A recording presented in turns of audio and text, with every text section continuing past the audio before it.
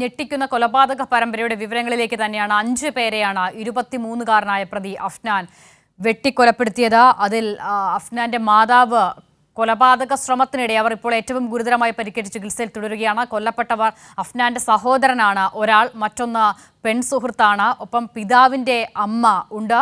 പിതാവിൻ്റെ സഹോദരനും സഹോദരൻ്റെ ഭാര്യയും അഫ്നാന്റെ ഈ ക്രൂരതയ്ക്ക് ഇരയായിട്ടുണ്ട്. ഇപ്പോൾ കമലേഷ് തെക്കേക്കാട് കൂടി ചേരുകയാണ്. കമലേഷ് ഉള്ളത് എസ് എൻ പുരത്താണ് ഈ നിലയിൽ പ്രതി പിതാവിൻ്റെ സഹോദരനെയും ഭാര്യയും കൊലപ്പെടുത്തിയത്.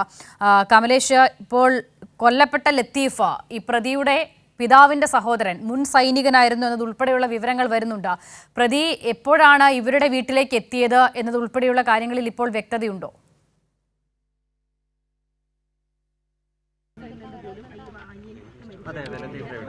അസിത, ഒരു 5 മണിയോടുകൂടിയാണ് ഇവിടെ ഈ കൊലപാതകം നടന്നത് എന്നാണ് മനസ്സിലാക്കുന്നത്. ഞാനിപ്പോൾ ഈ ചുള്ളാളം ആലമുക്കിലാണ് ഞാനിപ്പോൾ നിൽക്കുന്നത്. ഇവിടെ 2 പേരാണ്, സൂചിപ്പിച്ചതുപോലെ തന്നെ 2 പേരാണ് കൊല്ലപ്പെട്ടിട്ടുള്ളത്. ഈ അഫാന്റെ പിതൃ സഹോദരനായ ലത്തീഫ്, അതുപോലെ തന്നെ ഇവരുടെ ഭാര്യ ഷാഹിദ എന്നിവരാണ് കൊല്ലപ്പെട്ടിട്ടുള്ളത്. നേരത്തെ ഒരു മുൻ സൈനികനാണ് ഈ ലത്തീഫ് എന്ന് പറയുന്ന ആൾ. അദ്ദേഹം ഇവരെ വിരമിച്ചതിന് ശേഷം ഈ വീട്ടിൽ തന്നെ കഴിയുന്ന സാഹചര്യമാണ്. ഏതായാലും വളരെ ക്രൂരമായ ഒരു കൊലപാതകമാണ് ഇവിടെ നടന്നിട്ടുള്ളത് എന്ന് തന്നെയാണ് മനസ്സിലാക്കാൻ കഴിയുന്നത്. പോലീസാണ് ആദ്യം എത്തി ഈ വീട് തുറന്നത് എന്നാണ് മനസ്സിലായത്. അതിന് ശേഷമാണ് നാട്ടുകാർ പോലും ഇവിടെ എന്താണ് സംഭവിച്ചത് എന്നുള്ള കാര്യങ്ങളൊക്കെ അറിയുന്നത്. ഏതായാലും ഇവിടുത്തെ പഞ്ചായത്ത് മെമ്പർ ഇവിടെ ഉണ്ട്. കാര്യങ്ങൾ അവരോട് തന്നെ നമുക്ക് ചോദിക്കാവുന്നതാണ്. എപ്പോഴാണ് ഈ വിവരം നിങ്ങൾ അറിയുന്നത്? ഞാൻ ആരും അറിഞ്ഞിട്ടുണ്ടായിരുന്നില്ല. ഈ പയ്യന് ഈ കൃത്യം ചെയ്തിട്ട് നേരെ വെഞ്ഞാറമൂട് സ്റ്റേഷനിൽ ചെന്ന് സറണ്ടർ ആയതിനു ശേഷം അവിടെ നിന്ന് ഉദ്യോഗസ്ഥർ ഇവിടെ വന്ന് തൊട്ടടുത്ത വീട്ടിൽ നിന്ന് ലൈറ്റ് മേടിച്ച് ഇവിടെ വന്ന് അടിച്ചു നോക്കിയപ്പോൾ മാത്രമാണ് അയൽപക്കത്തുള്ളവർ പറഞ്ഞത്.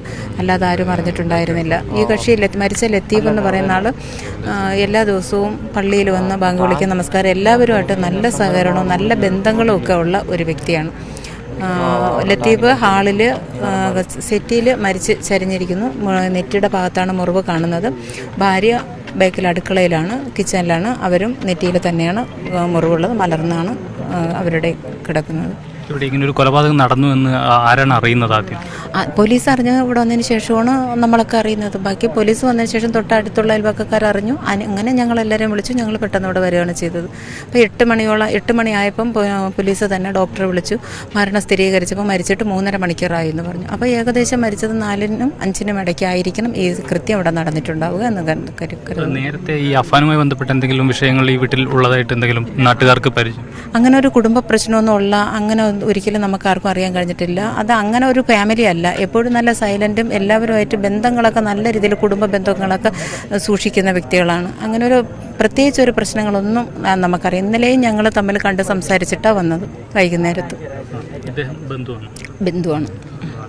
ഈ അഫാനുമൊക്കെ ബന്ധുക്കളൊക്കെ ആയിട്ട് നാട്ടുകാരൊക്കെ ആയിട്ട് എങ്ങനെയാണ്? അഫാനെ കുറിച്ച് കൂടുതൽ അറിയില്ല. കാര്യം അഫൻ പേരുമരിയാണ് താമസം. ഇവിടെ അങ്ങനെ അപൂർവമായിട്ടൊക്കെ വരുള്ളൂ. ഇവിടുത്തെ ഇവരുമായിട്ടുള്ള ബന്ധമാണ് കൂടുതലായിട്ടുള്ളത്.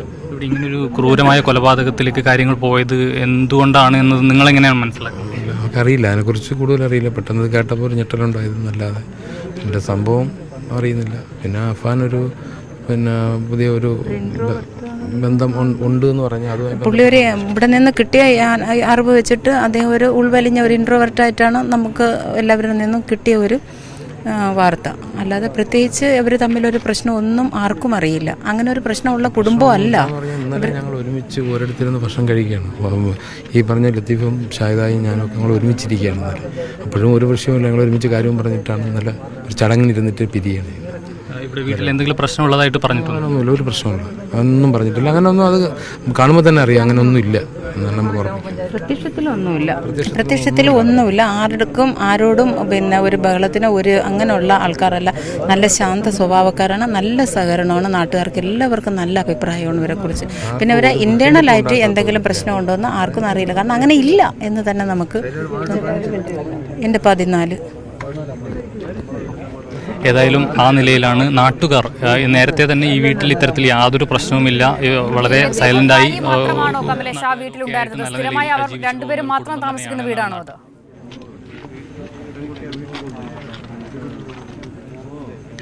അത് സംബന്ധിച്ചും നമുക്ക് ഇവരോട് തന്നെ ചോദിക്കേണ്ടി വരും. ഈ വീട്ടിൽ ആരൊക്കെയാണ് ഉള്ളത്? ഈ ഭാര്യ ഭർത്താവുമാണ് ഇപ്പോൾ ഉള്ളത്. മക്കളെ രണ്ടാളെയും കല്യാണം കഴിച്ച് ഒരാൾ ഒഴുകു പറയും, ഒരാൾ പനൂരാണ് താമസിക്കുന്നത്. പെൺകുട്ടികളാണ്. കുട്ടികൾ രണ്ടുപേരും കല്യാണം കഴിഞ്ഞു. രണ്ട് മക്കളും.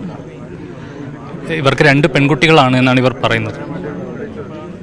ശരി കമലേഷ്, എന്തായാലും അവിടെയും സമാനമായ രീതിയിൽ എസ് എൻ പുരത്തു നിന്നാണ് കമലേഷ് വിവരങ്ങൾ നൽകുന്നത്. അവിടെയും സമാനമായ രീതിയിൽ വെഞ്ഞാറമൂട് പോലീസ് സ്റ്റേഷനിൽ നിന്നും ആ പോലീസ് സ്റ്റേഷനിലേക്ക് ബന്ധപ്പെടുകയും പോലീസ് ഉദ്യോഗസ്ഥർ വന്ന് പരിശോധന നടത്തുകയും ഒക്കെ ചെയ്തതിന് ശേഷമാണ് ഇങ്ങനെ ആ വീട്ടിൽ 2 പേരെ കൊലപ്പെടുത്തിയിട്ടുണ്ട്, 2 ക്രൂര കൊലപാതകങ്ങൾ നടന്നിട്ടുണ്ട് എന്ന് ആ പ്രദേശവാസികൾ അടക്കം അറിയുന്നത് എന്നുള്ളതാണ്. ആ 2 പേരുടെയും നെറ്റിയിലാണ് ആഴത്തിലുള്ള മുറിവ് കാണപ്പെടുകയും ചെയ്തത്. അതാണ് കൊലപാതക കാരണം, മരണകാരണമെന്ന് സംശയിക്കുകയാണ് അവർ.